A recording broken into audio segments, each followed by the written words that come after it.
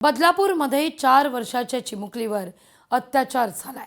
बाल हक्क आयोगाकडून या घटनेची आता सखोल चौकशी सुरू आहे।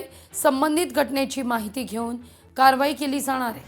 बाल हक्क आयोगाच्या अधिकाऱ्यांकडून स्पष्टीकरण आहे। म्हणजे प्रीस्कूल जे आहेत या बदलापूर शहरातले असतील किंवा इतर प्रीस्कूल जे आहेत ते प्रीस्कूल आमच्या अखत्यारीत येत नाहीत किंवा आमच्या अंडर येत नाहीत। तर म्हणजे हा खूप भयानक प्रकार आहे की प्रीस्कूलचे म्हणजे ज्या खरोखर अल्पवयीन मुली आपण म्हणतो ते लहान मुलं मुली आहेत, यांना खरी गरज आहे त्यांना प्रोटेक्शन करण्यासाठी, पण तसं कुठेही दिसत नाही। त्या प्रीस्कूल ज्या आहेत त्या वाऱ्यावरती सोडल्यात त्यांनी आणि स्वतः गट शिक्षण अधिकाऱ्यांनाच माहिती नाहीये की प्रीस्कूल कोणाच्या अंडर येतात। ती प्री स्कूल आहे आणि प्री स्कूल हे शालेय शिक्षण ह्या डेफिनेशन मध्ये आतापर्यंत त्याच्याबद्दल आम्हाला कुठले निर्देश नाही।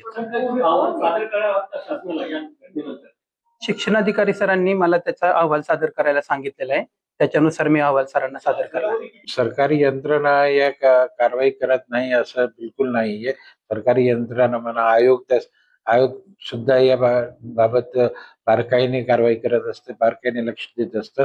त्यामुळे शासन स्तरावर किंवा शासनाचे प्रतिनिधी कारवाई करत नाही असं मी मान्य करणार नाही।